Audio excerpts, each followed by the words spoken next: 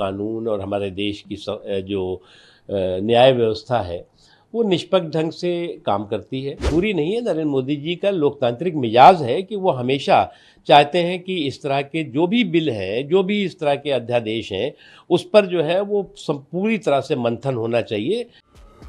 मनीष सिसोदिया को आज जमानत मिल गई है, जिसके बाद भाजपा नेता मुख्तार अब्बास नकवी ने अपने बयान में कहा कि हमारी न्याय व्यवस्था निष्पक्ष है और आज ये बात साबित हो गई। साथ ही साथ उन्होंने पार्लियामेंट के तमाम मुद्दों पर बातचीत की है।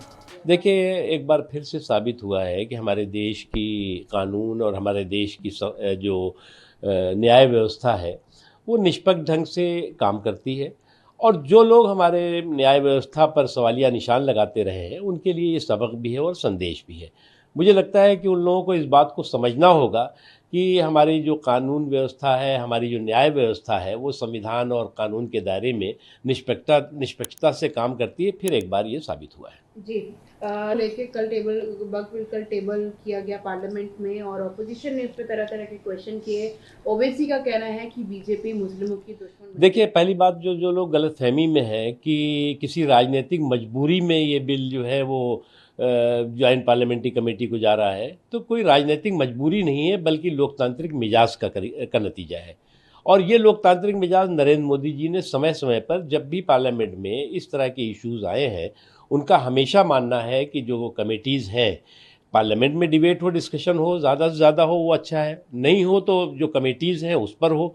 कई महत्वपूर्ण बिल हैं, आपको ध्यान होगा कि जीएसटी जिसको लेके शोर मचाते हैं, वो स्टैंडिंग कमेटी में भी गया, सेलेक्ट कमेटी में गया, उसके बाद जो है पार्लियामेंट में भी उस पर जो है वो लंबी चर्चा डिस्कशन हुआ। तो ये कोई राजनीतिक मजबूरी नहीं है, नरेंद्र मोदी जी का लोकतांत्रिक मिजाज है कि वो हमेशा चाहते हैं कि इस तरह के जो भी बिल हैं, जो भी इस तरह के अध्यादेश हैं, उस पर जो है वो पूरी तरह से मंथन होना चाहिए, तभी अमृत निकलेगा। और मैं मानता हूं कि इसमें सकारात्मक रचनात्मक चर्चा के साथ इसका समाधान होगा। जी, नई सरकार, नई इंटरिम गवर्नमेंट वहाँ बनी है। पीएम मोदी ने बधाई देने के बाद बोला कि मैं अर्ज करता हूँ हिंदुओं को खास सिक्योरिटी दी जाए, जिस तरह से माहौल वहाँ बना हुआ है उस पर काम। देखिए, गुरुदेव रविन्द्रनाथ टैगोर जी ने कहा कि भारत मानवता का समुद्र है, और प्रधानमंत्री नरेंद्र मोदी जी ने बधाई भी दी, और साथ ही साथ इस मानवता के समुद्र से जो सोच और जो आवाज़ है कि वहाँ पर जो अल्पसंख्यक हैं, जो कमज़ोर तबके हैं, उनकी भी सुरक्षा होनी चाहिए, ये एक बहुत बड़ी बात है, और मैं मानता हूँ कि ये स्वागत योग्य है। जी sir, thank you so much. क्या हियरिंग होनी है, उन्होंने डिस्क्वालिफिकेशन के अगेंस्ट जो हुआ था उस पर उन्होंने। देखिए, पहली बात एक बात समझना चाहिए, आज पूरी दुनिया में एक संकट का माहौल है, कंटक का माहौल है, उथल पुथल का माहौल है, युद्ध का माहौल है, हाहाकार का माहौल है। ऐसे माहौल में हमारे देश के लोग, 140 करोड़ लोग दुआएं कर रहे हैं कि हमारी स्टेबल सरकार, हमारी कैपेबल लीडरशिप जो है वो मजबूत रहे और महफूज रहे।